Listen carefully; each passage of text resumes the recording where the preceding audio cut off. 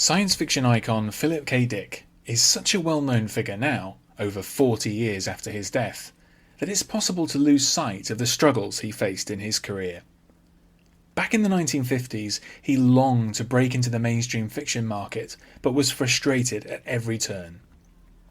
His lifeline was Ace Books, for whom he produced a string of short SF novels. Time Out of Joint, which takes its title from a line in Hamlet, was one of Dick's efforts to escape his situation. Published in hardcover in 1959 and belatedly in paperback a few years later, it's an SF novel which is intended to help him break into a new market. While this was a failure, this novel of deception and paranoia is a precursor to some of the writer's most celebrated works. Welcome to episode 160 and to the strange life of Regal Gum, whose small town world conceals something very different.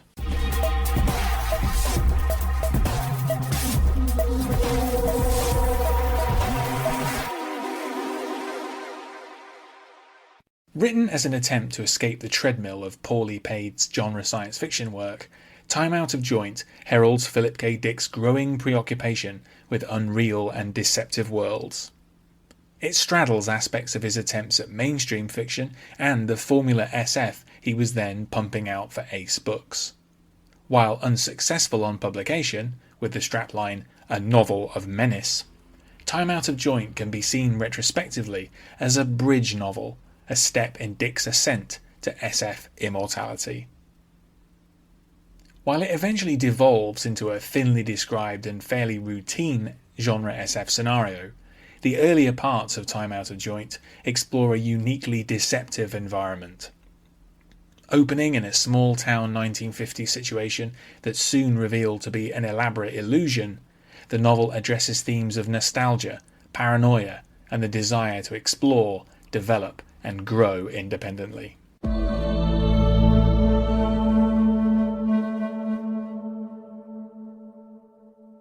In the mid to late 1950s, Dick was stuck in a rut. His efforts to make it as a writer of mainstream fiction were exceedingly ambitious and almost totally unsuccessful, as the Science Fiction Encyclopedia puts it. To make ends meet, he wrote short science fiction novels for editor Donald A. Wollheim.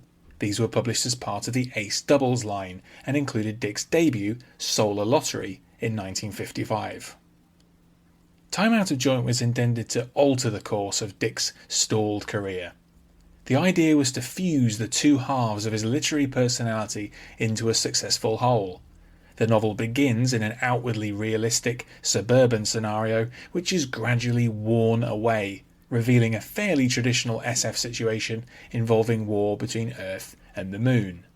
The transition between these modes is charged with Dick's trademark deployment of paranoia and unreliable memories. Regal Gum is a seemingly ordinary middle-aged single man living in a small town with his sister and brother-in-law. Conversely, his job is unusual. Every day he enters and always wins a newspaper competition called Where Will the Little Green Man Be Next? Gum spends his time researching the arcane clues provided by the newspaper and analysing data from past instalments.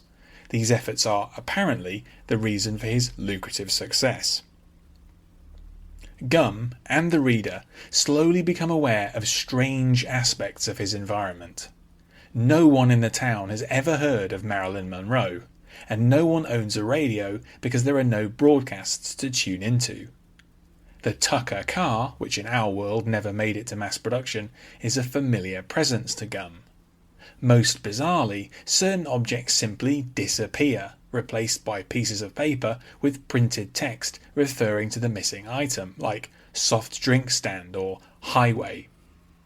Gradually, Gum begins to realise that his world is an illusion, a simulacrum designed to deceive him in particular. Together with his brother-in-law Vic, Gum seeks a way to escape this deception and uncover his place in the real world.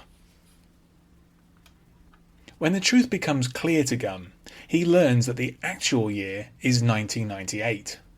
The militaristic government of that time had imprisoned him within a flawed reproduction of the 1950s. The aim was to cocoon Gum within a version of the era of his childhood, to exploit his precognitive talent.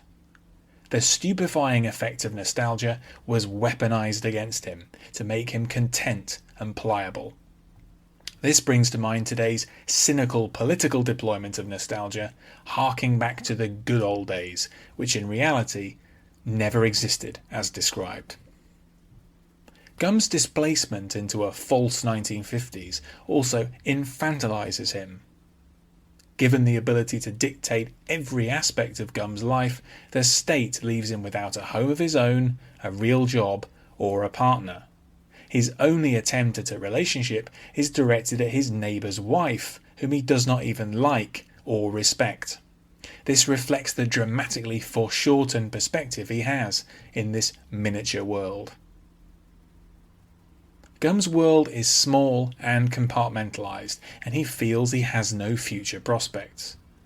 PKD, who was likely struggling with some of these feelings himself, suggests that it's not possible to grow or advance as a person while living a lie, while trapped by an illusion. The truth, for better or worse, is a precondition for peace of mind. Dick maintains a pervasive sense of unease for much of the novel. Things begin to unravel towards the end, when Gum uncovers the truth about his situation. In contrast to the carefully wrought illusion of 1959, the reality of 1998 is relatively banal. Earth's war against rebellious lunar colonists, the so-called lunatics, is revealed abruptly, resolved swiftly, and never really convinces. Time Out of Joint suggests that Dick was more engaged in the writing of Gum's paranoid illusion than in the fairly familiar SF scenario, which is his real world. Dick's preoccupation with unreal worlds, with mind-bending twists of authenticity, was only just beginning.